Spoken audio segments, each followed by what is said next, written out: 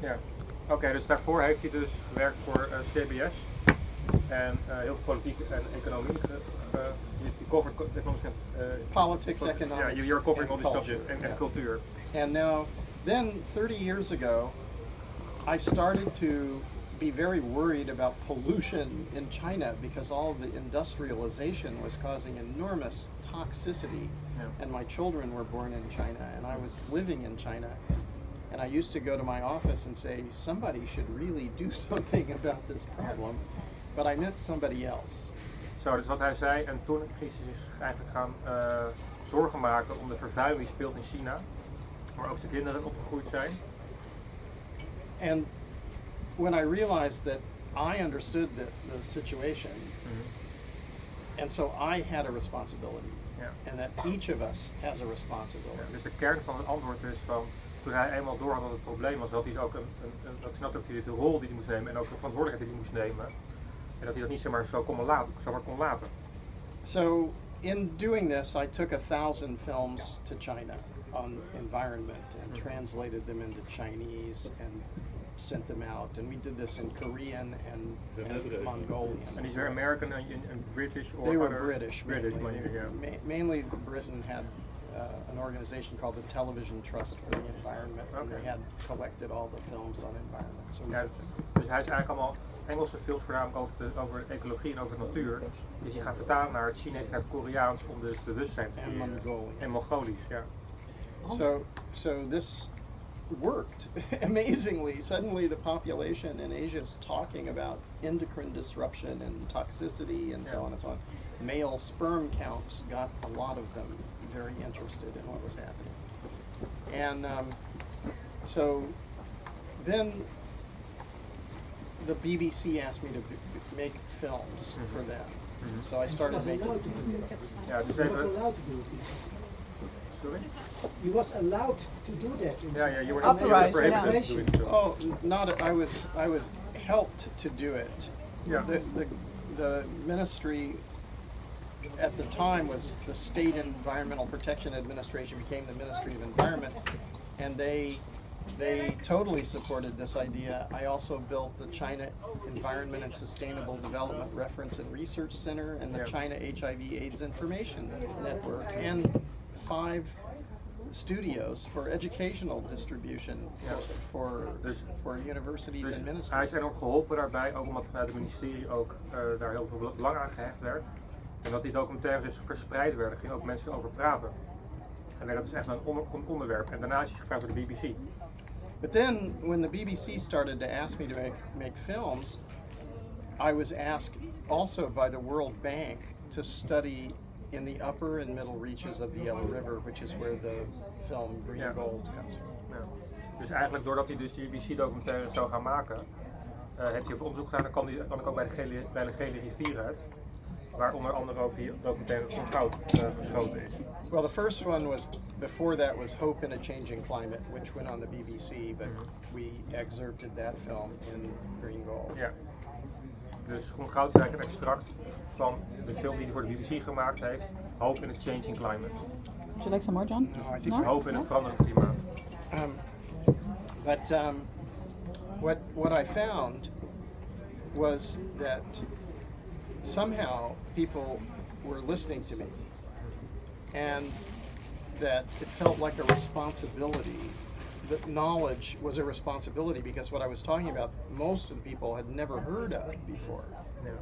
Dus zeg maar, kennis heeft verantwoordelijkheid, omdat andere mensen er nog nooit van gehoord hebben. En juist dat uitdragen, dan vervult hij zijn zijn verantwoordelijkheid. Dat mensen dus die bewustzijn krijgen, ook een nieuw perspectief krijgen op hoe het ook kan in de wereld.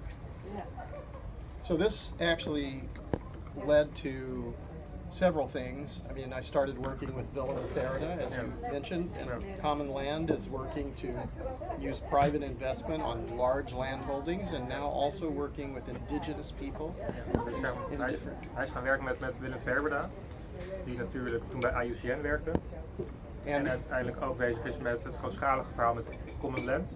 Dus hoe kun je op grote schaal ecosystemen herstellen, dat gaat je over miljoenen hectare. En uiteindelijk ook met de lokale inheemse bevolking. And then, but I was noticing that in encouraging large landowners and high wealth individuals or family fortunes to participate in restoration is a very good idea, but that's maybe 1% of the population. Ja. And the 99% of the population, what's their role in this? Dus als je kijkt naar de mensen die dus wel grond en geld hebben, en daar zit om mee te werken, alleen maar zijn 1% van de wereldbevolking. En hoe ga je om met die andere 99% die dat niet hebben, of die wel, maar wel heel belangrijk zijn in het grote vraagstuk. So then I wanted to see, and I was having dreams that people were going camping and they were restoring the earth. So it was really simple. It wasn't like you had to have millions of dollars and build a research institute or something like this. You just needed to get people to go camping and have fun, play together, and work together a little bit.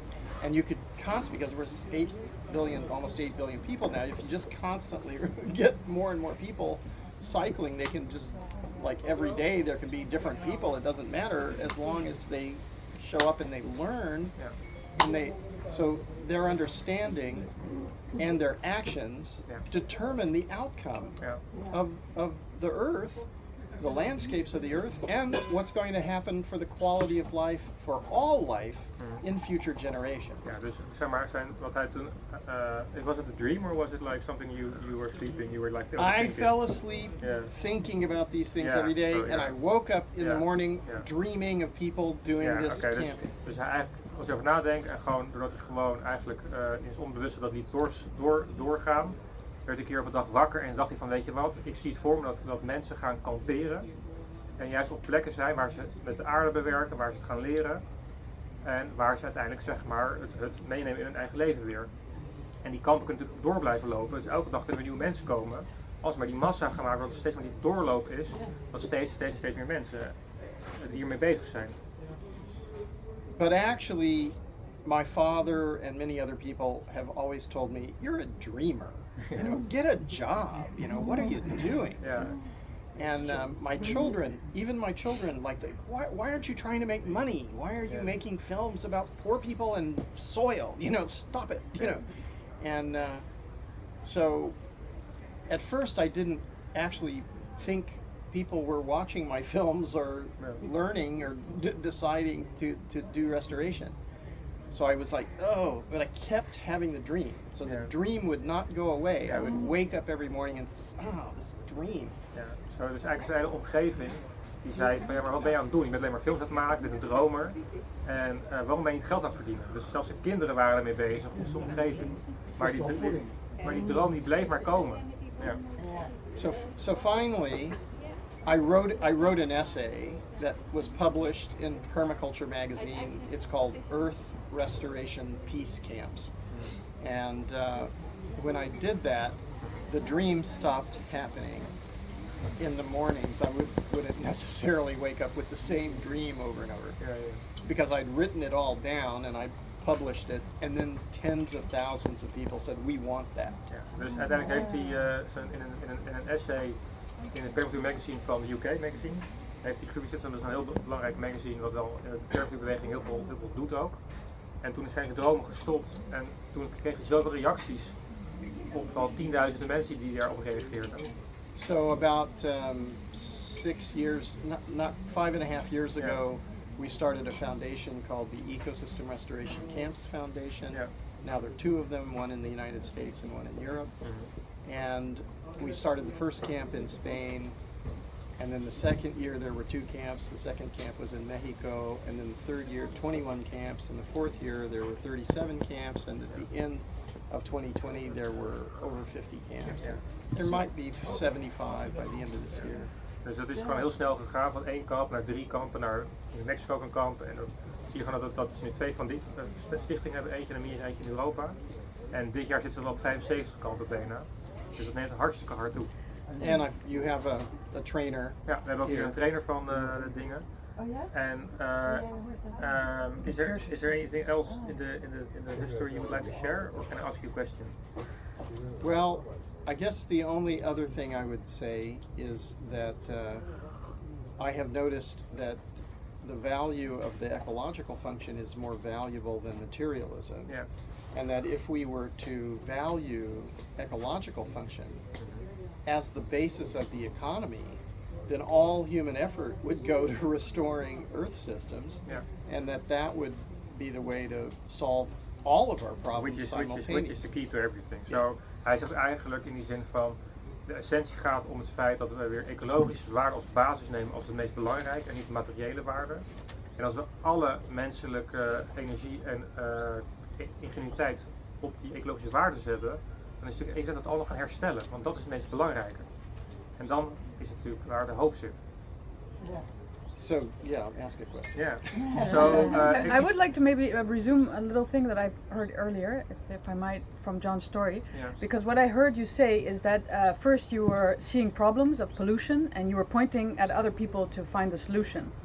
And then you transformed it to going into action yourself, to taking on the problem that you had with what you're seeing. And so you used the talents that you had from movies and documentaries to create a change. And then you went on to seeing that it was attracting other people and that it was having effect, and then it was, creating impact.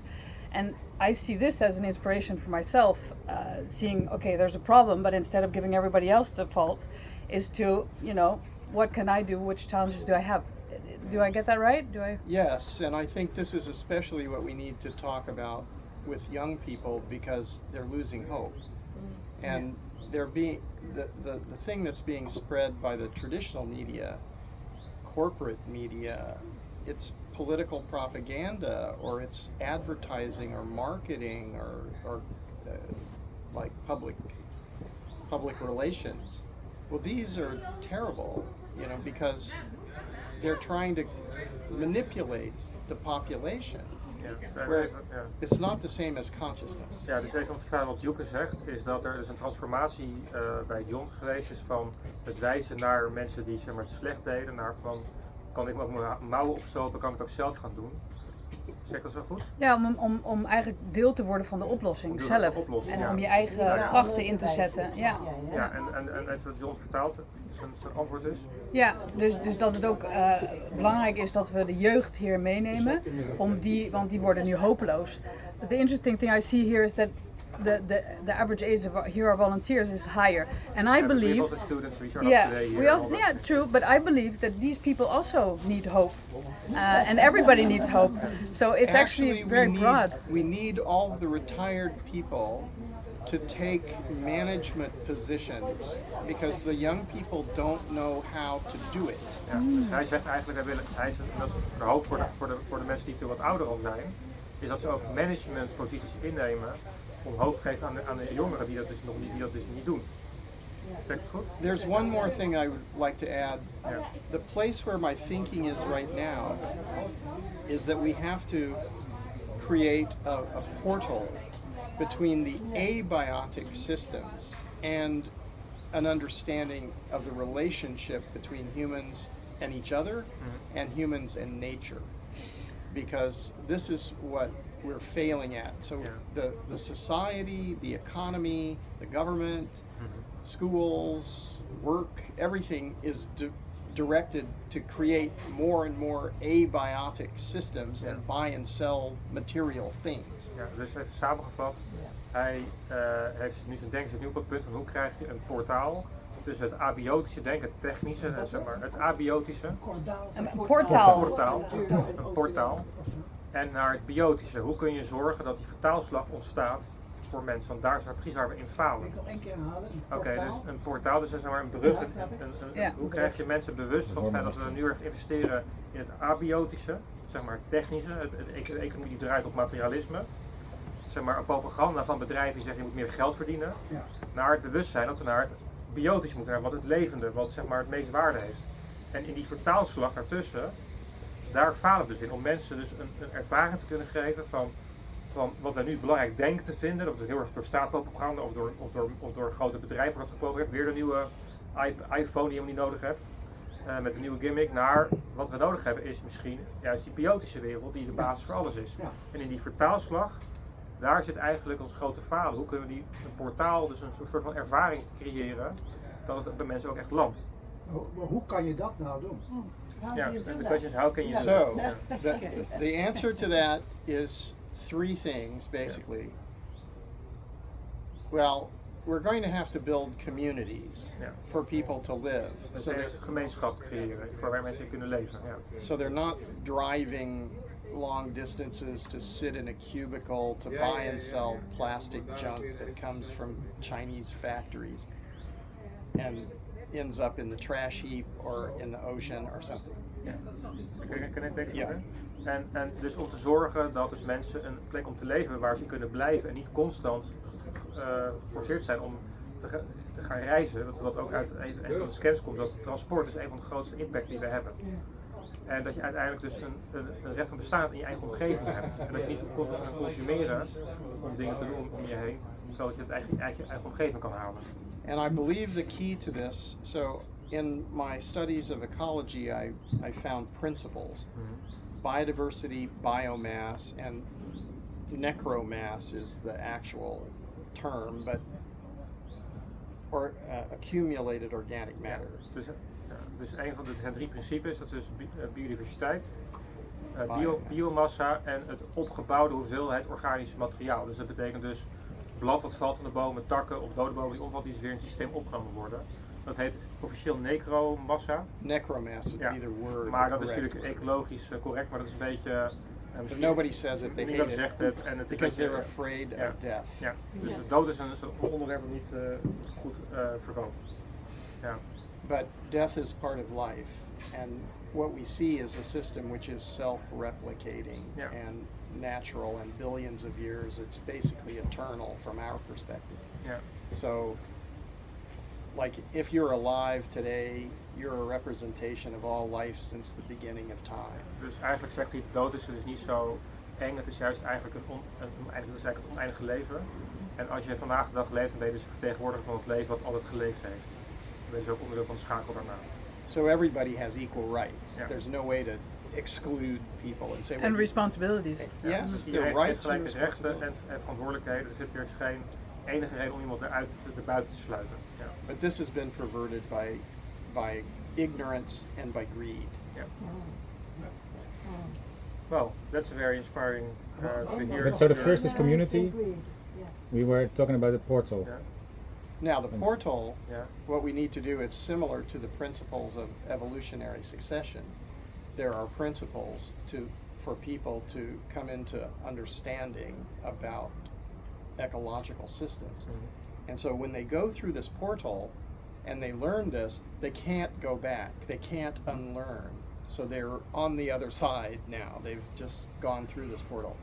And what I've been thinking about is three principles Yeah. similar to biodiversity, biomass, and accumulated organic matter for social systems. Mhm.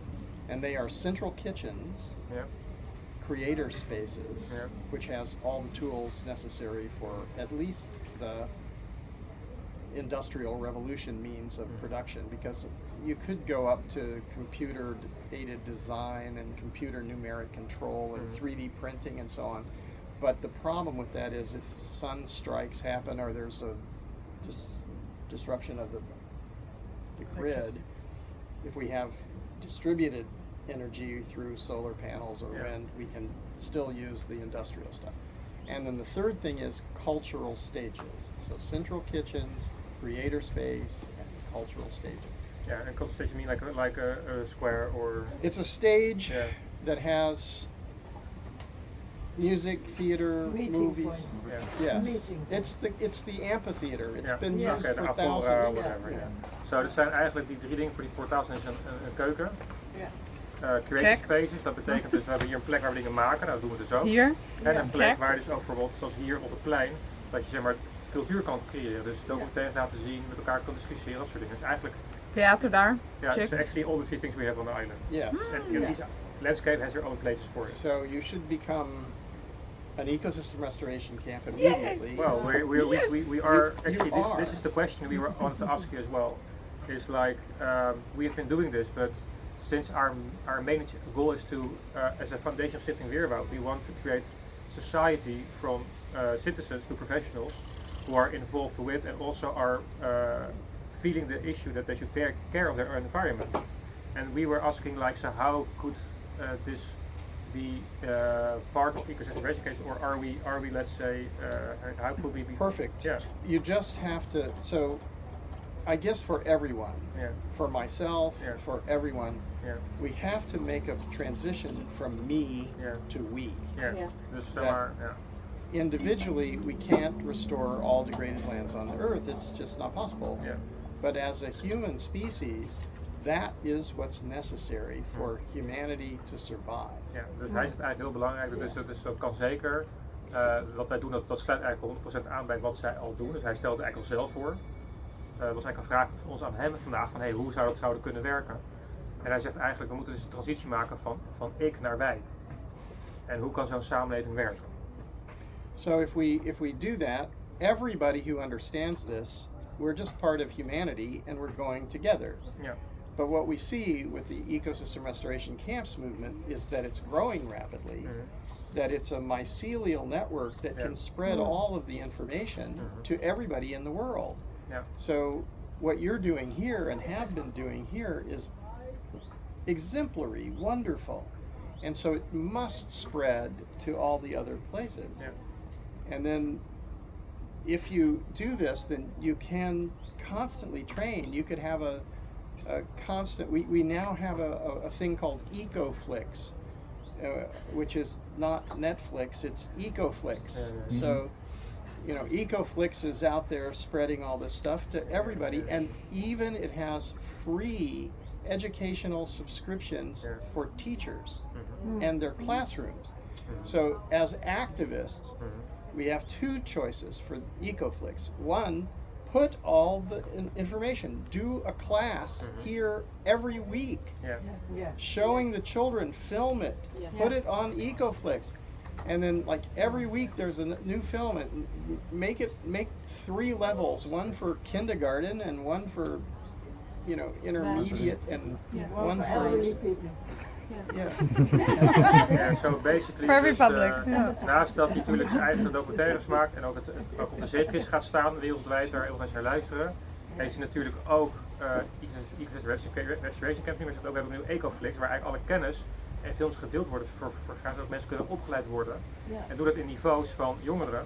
So the levels are education for the young people. Well, I mean, it's what you do. It's what you choose. Yeah. Basically, I'm going to have to go, but Yeah. here is my contact information. Yeah. Everybody can take a picture of this. Well, And- let's take a group picture together with all the volunteers. Yep. Yeah. Yeah. And then we ask, and then we leave you to go to make the movie.